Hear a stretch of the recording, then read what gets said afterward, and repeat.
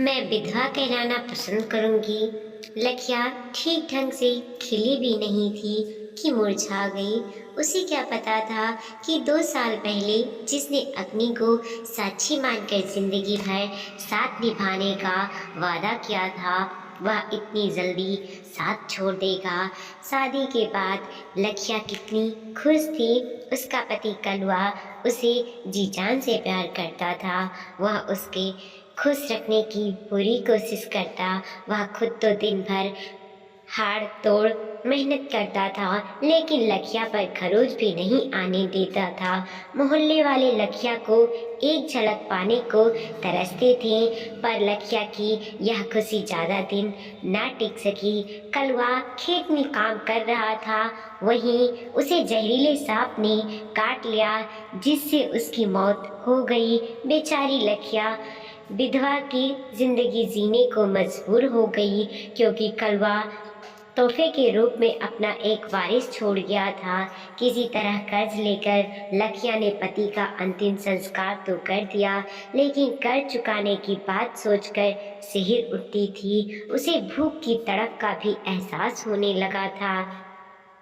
जब भूख से बिलखते बच्चे के रोने की आवाज़ लखिया के कानों से टकराती तो उसके कानों में सीने में एक हुक सी उठती, पर वह करती भी तो क्या करती। जिस लखिया की एक झलक देखने के लिए मोहल्ले वाले तरसते थे, वही लखिया अब मजदूरों की झुंड में काम करने लगी थी। गांव के मन चले लड़के छीटाकाशी भी करते थे, लेकिन उसकी अनदेखी कर लखिया अपने को कोस कर चुप कर रह जाती थी। एक दिन गांव के सरपंच ने कहा, बेटी लखिया, वीडियो दफ्तर से कलवा के मरने पर तुम्हें 10,000 रुपये मिलेंगे। मैंने सारा काम करा दिया है, तुम कल वीडियो साहब से मिल लेना। अगले दिन लखिया ने वीडियो दफ्तर जाकर वीडियो साहब को अपना सारा दुखड़ा सुना डाला। वीडियो साहब ने पहले तो लखिया को ऊपर से नीचे तक घूरा, उसके बाद अपनापन दिखाते हुए उन्होंने खुद ही फार्म भरा, उस पर लखिया के अंगूठे का निशान लगवाया और 1 हफ्ते बाद दोबारा मिलने को कहा। लखिया बहुत खुश थी और मन ही मन सरपंच और वीडियो साहब को धन्यवाद दे रही थी।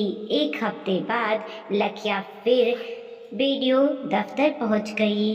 वीडियो साहब ने लखिया को अदब से कुर्सी पर बैठने को कहा। लखिया ने शर्माते हुए कहा, नहीं साहब, मैं कुर्सी पर नहीं बैठूंगी, ऐसे ही ठीक हूँ। वीडियो साहब ने लखिया का हाथ पकड़कर कुर्सी पर बैठाते हुए कहा, तुम्हें मालूम नहीं है कि अब सामाजिक न्याय की सरकार चल रही है। अब केवल गरीब ही कुर्सी पर बैठेंगे। मेरी तरफ देखो ना, मैं भी तो तुम्हारी तरह गरीब ही हूँ। कुर्सी पर बैठी लखिया के चेहरे पर चमक थी। वह यह सोच रही थी कि आज उसे रुपए मिल जाएंगे। उधर वीडियो साहब काम में उलझे होने का नाटक करते हुए तिरछी नजरों से लखिया का गठा हुआ बदन देखकर मन ही मन खुश हो रहे थे। तकरीबन 1 घंटे बाद वीडियो साहब बोले, तुम्हारा सब काम हो गया है, बैंक से चेक भी आ गया है, लेकिन यहाँ का विधायक 1 नंबर का घूसखोर है, वह कमीशन मांग रहा है। तुम चिंता मत करो, मैं कल तुम्हारे घर आऊँगा और वहीं पर अकेले में रुपए दे दूँगा। लखिया थोड़ी ना उम्मीदी से ज़रूर हुई, फिर भी बोली, ठीक है साहब, कल ज़रूर आइएगा। इतना कहकर लखिया मुस्कुराते हुए बाहर निकल गई। आज लखिया ने अपने घर की अच्छी तरह से साफ सफाई कर रखी थी। अपने टूटे फूटे कमरे को भी सलीके से सजा रखा था। वह सोच रही थी कि इतने बड़े हाकिम आज उसके घर आने वाले हैं, इसीलिए चाय नाश्ते का भी इंतज़ाम करना ज़रूरी है। ठंड का मौसम था, लोग खेतों में काम कर रहे थे, चारों तरफ सन्नाटा था। वीडियो साहब दोपहर ठीक 12 बजे लखिया के घर पहुंच गए। लखिया ने बड़े अदब से वीडियो साहब को बिठाया। आज उसने साफ सुथरे कपड़े पहन रखे थे, जिससे वह काफ़ी खूबसूरत लग रही थी। आप बैठिए साहब, मैं अभी चाय बनाकर लाती हूँ। लखिया ने मुस्कुराते हुए कहा, अरे नहीं, चाय की कोई ज़रूरत नहीं है, मैं अभी खाना खाकर आ रहा हूँ। वीडियो साहब ने कहा। मना करने के बावजूद लखिया चाय बनाने अंदर चली गई।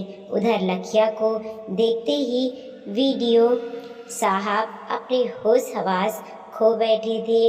अब वो इसी ताक में थे कि कब लखिया को अपनी बाहों में समेट लें। तभी उन्होंने उठकर कमरे का दरवाज़ा बंद कर दिया। जल्दी से लखिया चाय लेकर आ गई, लेकिन वीडियो साहब ने चाय का प्याला लेकर मेज पर रख दिया और लखिया को अपनी बाहों में ऐसा जकड़ा कि लाख कोशिशों के बावजूद वह उनकी पकड़ से छूट ना सकी।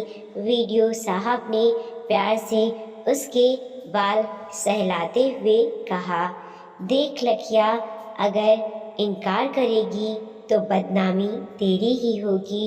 लोग यही कहेंगे कि लखिया ने विधवा होने का नाजायज़ फ़ायदा उठाने की लिए वीडियो साहब को फंसाया है। अगर चुप रहेगी तो तुझे रानी बना दूंगा।